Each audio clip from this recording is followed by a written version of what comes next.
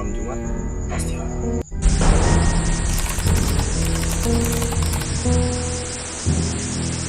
Di sini gua mau menceritakan sebuah kisah yang dimana gua mendapatkan kisah ini dari berita di sosmed, dan menurut gua kisah ini sangat menarik untuk diceritakan. Let's go. 5 tahun lalu, seorang pria bernama Jason mulai merintis sebuah bisnis. Pria kelahiran kota Samarinda 8 Agustus 2001 itu menyewa sebuah ruko. Lokasinya di selatan kota Bontang. Bangunan 2 lantai itu telah lama kosong. Kabarnya bertahun-tahun, jangankan ada yang menyewa, sang pemilik pun nampaknya juga ogah tinggal di sana. Bila ditengok dari pagi hingga sore hari, sepintas tak ada apapun yang janggal. Tapi jangan tanya ketika gelap malam mulai membekap. Dulu Jason tinggal bersama orang tuanya untuk menghemat biaya transportasi. Dia kemudian memutuskan menetap di ruko tersebut, pun sekaligus agar fokus menjalankan bisnis yang dipilihnya. Tapi sejak itulah harinya tak lagi sama. Jason sadar benar ada sesuatu yang berbeda dengan tempat ini. Perasaan tidak nyaman selalu hadir. Namun dia tak mampu memahami dan menerjemahkannya. Dalam sebuah momen, Jason kadang pula merasa ada sesuatu yang diam-diam sedang mengamati dirinya. Perasaan itu kemudian terbukti seiring waktu. Jumat, pekan pertama saat tinggal di sana, Jason memutuskan tidur di lantai 2. Ruangan itu tanpa sekat. Hanya ada pintu menuju balkon dan toilet. Saat terlelap, dia tiba-tiba mendengar gemercik suara air. Tik, tik, tik. Sumbernya datang dari keran toilet. Kejadian ini tentu saja membuatnya heran.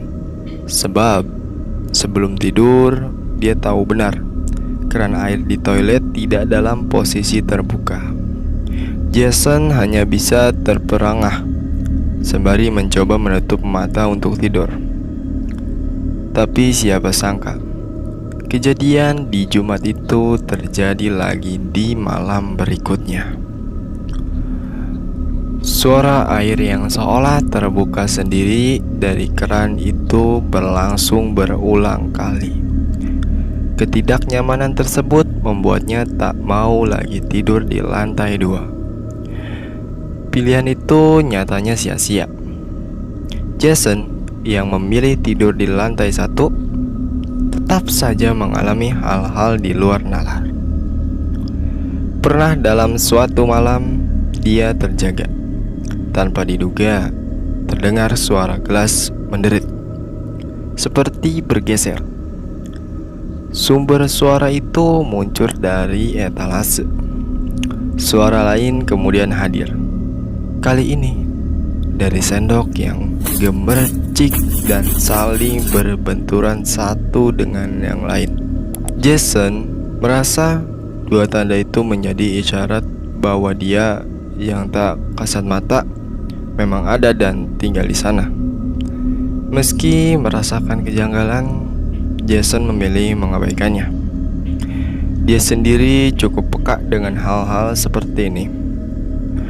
Hal itu didapatkannya dari ajaran keluarga, pun dari pengalaman berlatih pencak silat di masa lalu.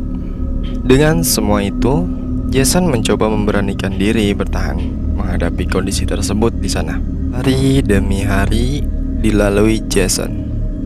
Gemercik air dari keran toilet di lantai 2, gelas yang menderit karena digeser sesuatu, dan sendok yang bergemericik berbenturan di lantai 1. menjadi teror yang harus dihadapinya saban hari di ruko 2 lantai yang terletak di selatan kota Bontang.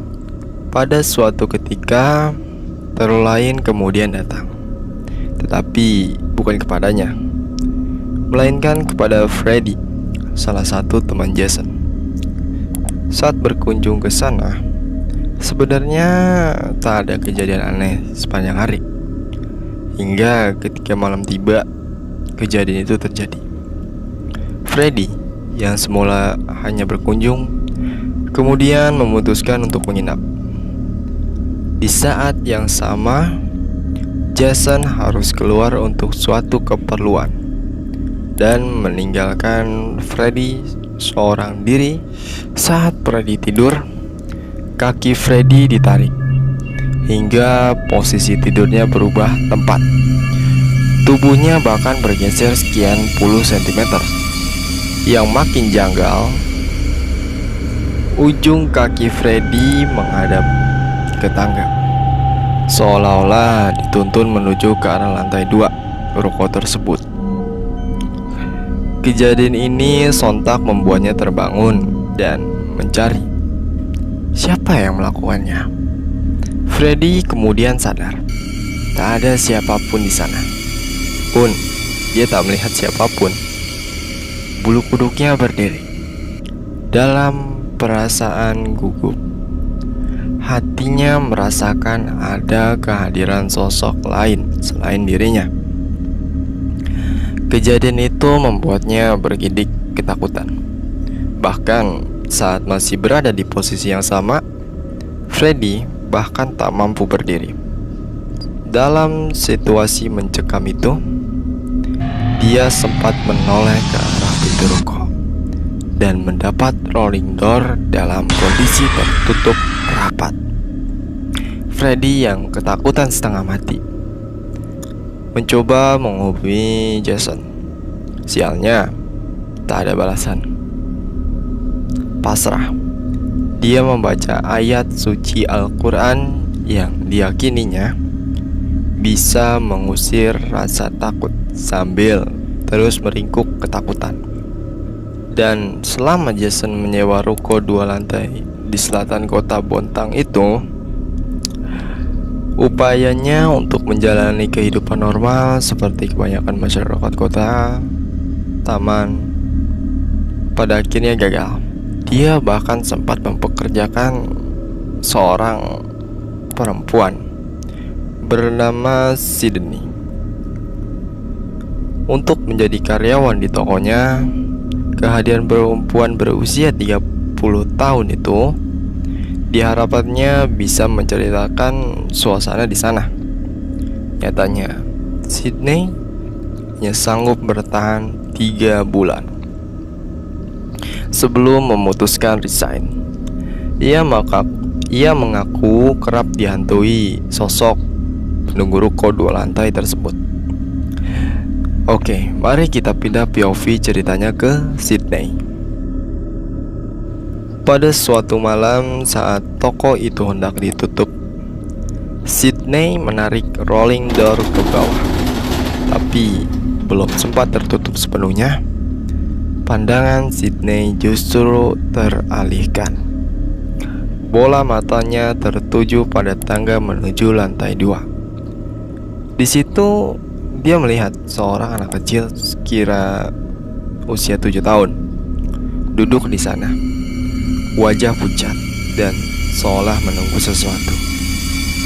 Sydney tentu saja kaget, bukan kepalang.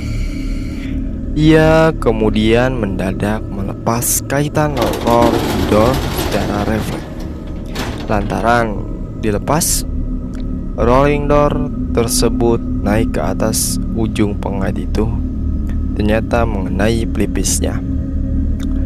Sydney mengalami luka, darah mengucur. Bekas luka itu bahkan masih terlihat sampai sekarang. Dan si Sydney ini suka sekali bertanya ke pelanggannya. Bertanya seperti ini, apa ruko yang kusewa ini aneh? Sebenarnya cerita ruko ini sebelum kosong gimana? Dan beberapa pelanggan bilang suasana bikin mereka nggak selera buat singgah. Kayaknya ruko itu bukan perasaan mereka nggak nyaman, tapi ya sulit dijelaskan. Setelah setahun berjalan, Jason akhirnya menutup bisnisnya di ruko 2 lantai itu. Pandemi yang menghantam seluruh dunia membuat situasi kian berat. Tokonya pun makin hari kian sepi. Nyaris tak ada pengunjung satupun, bahkan dalam sehari. Kini, Jason telah tinggal jauh dari ruko 2 lantai jahanam tersebut dan menjalani hidup yang lebih tenang. Meski begitu, hal-hal mistis tak pergi sepenuhnya dari hidup pria kelahiran kota Samarinda 8 Agustus 2001 itu. Jason telah menikah dengan Lucia, temannya yang dulu ikut merasakan keganjilan di ruko 2 lantai tersebut. Mereka dikaruniai 2 orang anak, dan seiring waktu, keduanya ini mulai menyadari sesuatu, bahwa anak mereka juga mampu melihat makhluk-makhluk tak kasat mata. Jason dan Lucia belajar banyak dari kejadian di masa lalu, bahwa kehidupan dan lingkungan sekitar menyimpan rahasianya masing-masing. Hal janggal kadang hadir untuk mengingatkan mereka agar selalu waspada dan menghargai batas-batas dunia yang tak kasat mata. Itu dia cerita yang gua dapatkan dari salah satu berita di sosmed. Jujur, cerita ini bikin gua merinding. Ya, gua menceritakannya pun merinding gitu. Oke, terima kasih yang sudah menonton. Terima kasih juga untuk yang sudah mendengarkan. Kalian jangan lupa subscribe supaya kalian tidak ketinggalan cerita-cerita horor dari gua.